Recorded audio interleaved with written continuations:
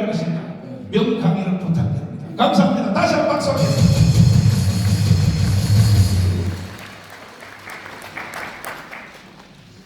여기에 모이신 500여 애국단체장 여러분, 자유마을에 참가해 주신 것을 진심으로 감사드립니다.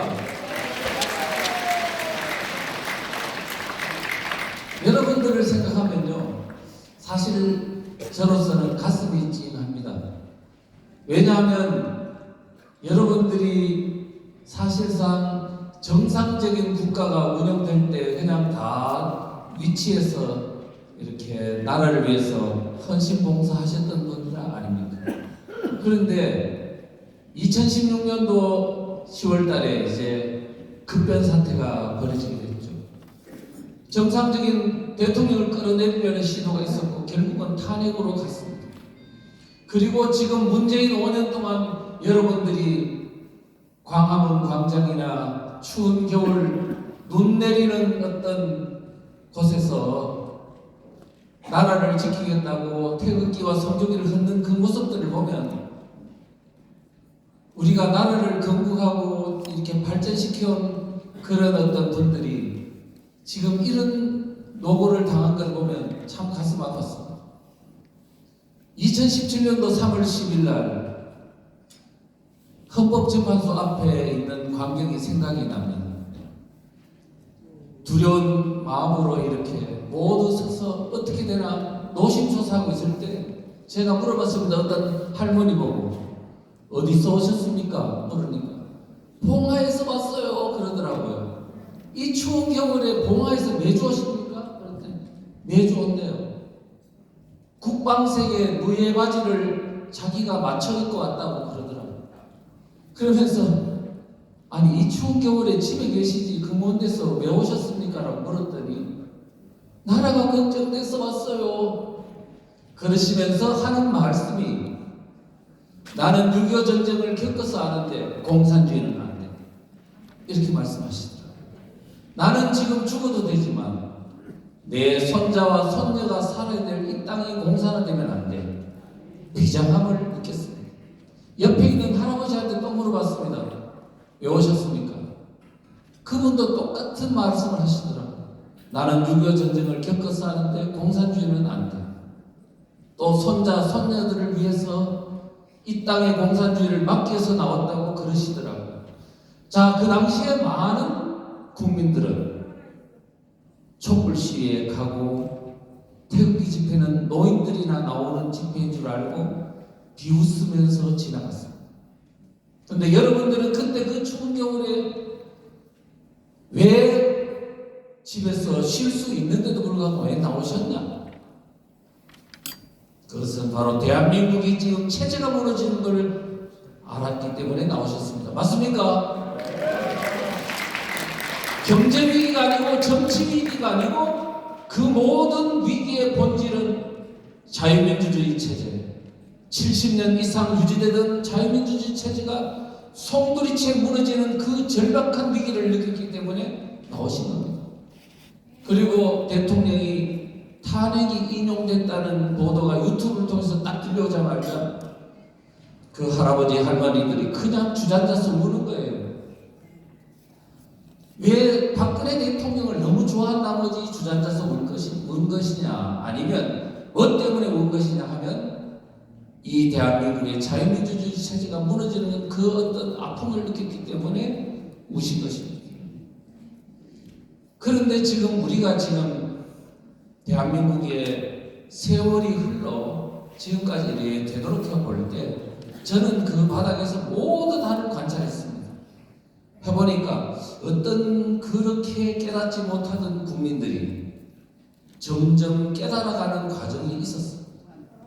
근데 그 결정적 시점은 언제냐? 여러분도 잘 아시겠지만 여러분들이 그 작은 씨앗들이 모이고 그러니까 작은 겨울물들이 모여서 강물이 되고 바닷물이 되듯이 여러분들의 그 작은 그 성조기와 태극기를 든 그 노력들이 모여서 2019년도 10월에 엄청난 폭발적인 그런 운동이 일어났지 않습니까? 6월 8일 정광훈 목사님이 그때 청와대 앞에 시위를 하실 때, 그때 저도 아무 힘이 없는 무력한 일개인이었습니다. 현상은 알겠고 무너지는 것도 알겠는데 누구 나와서 이것을 완전히 끌고 가서 국민운동으로 이끌어갈 수 있는 동력이 없더라고요. 근데 청와대 앞에 이제 정광훈 목사님께서 1인 시위를, 텐트 시위를 하시는데, 그때 내건 게 뭐냐? 대한민국 망했다. 그리고 미친 자에게는 문대죄를 맡길 수 없다. 그 미친 자가 누구냐 하니까 문재인으로 딱 지목했습니다. 문재인은 간첩이다. 저는 지금까지 보면서 이 모든 대한민국에 깨닫지 못하던 분들을 완전히 판을 바꾼 사건은 뭐냐 하면 바로 그거라고 생각합니다. 지금 우리가 당한 위기는 단순한 위기가 아니고 체제가 변형되는 위기라는 그 본질, 체제전쟁입니다. 자유민주주의 체제를 지키느냐, 자유민주주의 체제를 허무느냐의 세력 간의 치열한 체제전쟁입니다. 그런데 전 목사님은 사상을 연구하지 않았는데도 불구하고 본질을 깨닫셨어요. 그래서 뭐냐면 바로 그 체제전쟁, 반체제 세력의 수장이 문재인이다. 그들이 정권을 잡았고 운전들을 잡았고 빨리 끌어내야 돼요. 지금 그런 얘기 아니었습니다. 그래서 국민들이 깨어나기 시작했고 10월 혁명이 일어났고 결국 그 힘에 의해서 윤석열 정부가 탄생했습니다. 그런데 우리는 이 대목에서 꼭 알아야 될 것은 이 보통 체제전쟁의 가장 중심 진지는 어디냐면 정당입니다. 정당이 바로 정치전쟁의 선두에 서야 하고 그 고지를 이용해서 보면 전쟁을 치러야 합니다. 그런데 그때 당시 전쟁을 치러야 될 진지가 정당, 지금 우리가 알고 있는 국민의힘당인데 그 국민의힘당이 그때 5년 동안 무엇을 했는지 우리는 똑똑히 알고 있습니다. 제가 어떤 국민의힘당 그 당시에 그 여당의 사무총장을 만나서 이렇게 말을 했습니다. 2017년도 초입니다. 정당과 시민단체는 이 체제전쟁에서의 동반자다. 같이 힘을 합해서 싸워야 된다. 그랬더니 성질을 내면서 벌떡 일어나가지고 뭐 이런 사람이 다 있나 그러면서 그 사무실 그 식당에서 박차고 나가려고 그러는 걸 옆에 사람들이 제지해가지고 말았습니다.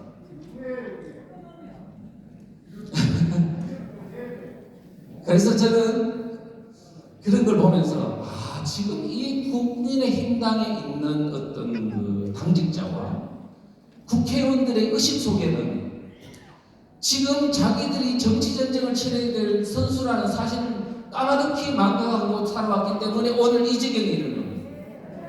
그 다음에 지금 이 체제전쟁은요, 정부의 힘만으로도 안 되고 정당의 힘만으로는 안 되고 바로 모든 유권자 국민이 있는 시민단체가 함께 싸워야 되는 전쟁이라는 것을 까마득히 망각하고 있던 겁니다. 우리는 지금 뭐냐면 정당이 모든 망각하고 있을 때 여러분들이 한 팔을 들고 싸운 겁니다. 그런 어려운 가운데서 결국은 겨우 정권은 회복했습니다마는 정당이 그 역할을 망각하고 있는 사이에 어떤 큰 잘못을 저질렀냐면 2020년 4월 총선이 있었지 않습니까? 총선이 있을 때 저는 뭐냐, 이 문재인 정권의 사악한 본질, 반체제적 세력 주사파들이 정권을 잡고 북한 체제로 연방제로 통일하려는 이 악의적인 시도를 누가 알려줘야 되냐면 정당이 알려줘야 돼요. 그것도 선거라는 것은 국민을 깨울 수 있는 이보다 더 좋은 기회가 없는 거예요. 그래서 이게 선거에 어떻게든 우리가 승리해야만이 된다 해서 제가 소책자를 4권을 만들었습니다.